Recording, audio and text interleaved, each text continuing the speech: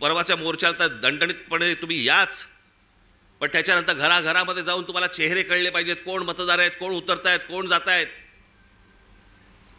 हे प्रत्येक ठिकाणी जे सगळे दुबार बिबार भरलेत, हे सगळे नष्ट केले पाहिजेत.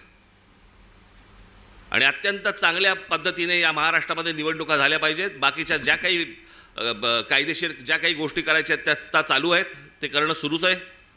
तुम्हाला 1 तारखेला अनेक गोष्टी समजतीलच काय काय पुढे सुरू आहे ते, आणि टप्प्याटप्प्याने आपल्याला पुढे जायला लागेल.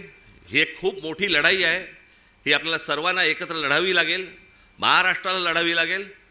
प्रत्येक वेळेला महाराष्ट्रानेच पहिलं पाऊल पुढे टाकलेलं आहे. यावेळेला देखील पहिलं पाऊल महाराष्ट्रच टाकेल.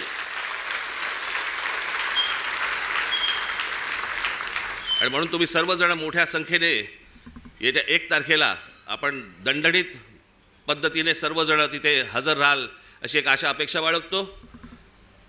मग अशी म्हटल्याप्रमाणे तिकडे बसेस बिसेस सगळं किती होऊ शकणार आहे मला माहिती नाही आहे, कारण शक्य नाही होणार.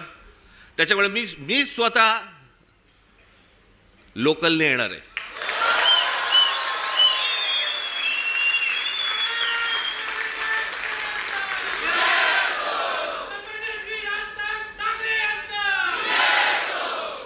मागे एकदा मी डोंबिवलीवरनं आलो होतो.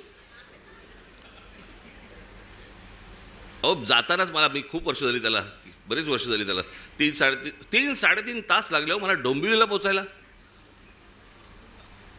गचा गचा गचा गचा गचा चालू आहे आपलं तिकडे त्या खड्ड्यामधनं. ट्रॅफिक जॅम, तो सगळा तो तुमचा शिळफाटा. तिथे पोहोचलं की तो शिळफाटा फाट्यावरच मारतो.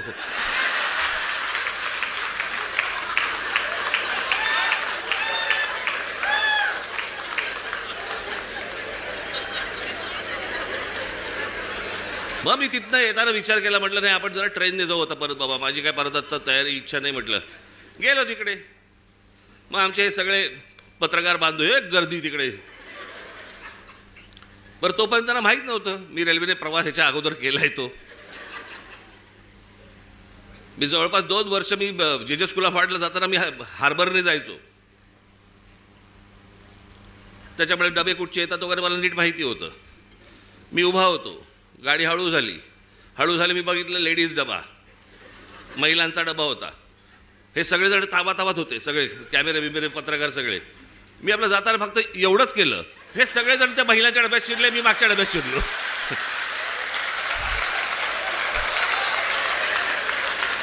मी काहीच नाही केलं, मी फक्त एवढंच केलं जरा. हे सगळेजण त्या डब्यामध्ये शिरले, मी पुढच्या डब्यामध्ये. आणि मग त्या जाळ्या होत्या, जाळ्यांमधनं शूट करत बसले मला सगळेजण.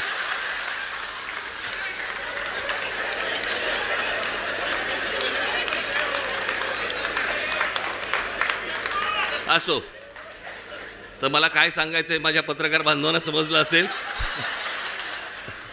1 तारखेला विनाकारण गर्दी करू नका. तर मी 1 तारखेला तिकडे येणार आहे. रेल्वेने मी खूप अगोदरच पोहोचणार आहे तिथे, लवकर येऊन थांबणार आहे तिकडे. कुठे थांबणार ते सांगणार नाही तुम्हाला, पण अगोदर येणार. तुम्ही सगळेजण जोरदार तयारीला लागा. 1 तारखेला तर या, पण त्याच्यानंतर प्रत्येकाला घराघरामध्ये जाऊन सर्व मतदारांना आपण भेटा, त्यांच्याशी बोला, मतदार यादीमधलं नाव सगळ्यांची चेक करा. आणि मग जेव्हा कधी निवडणुका होतील, जेव्हा कधी काय होतील, त्यावेळेला आपण निवडणुका लढू. तोपर्यंत आज जे पाहिलं आहे ते घराघरापर्यंत पोचवा. धन्यवाद. जय हिंद, जय महाराष्ट्र.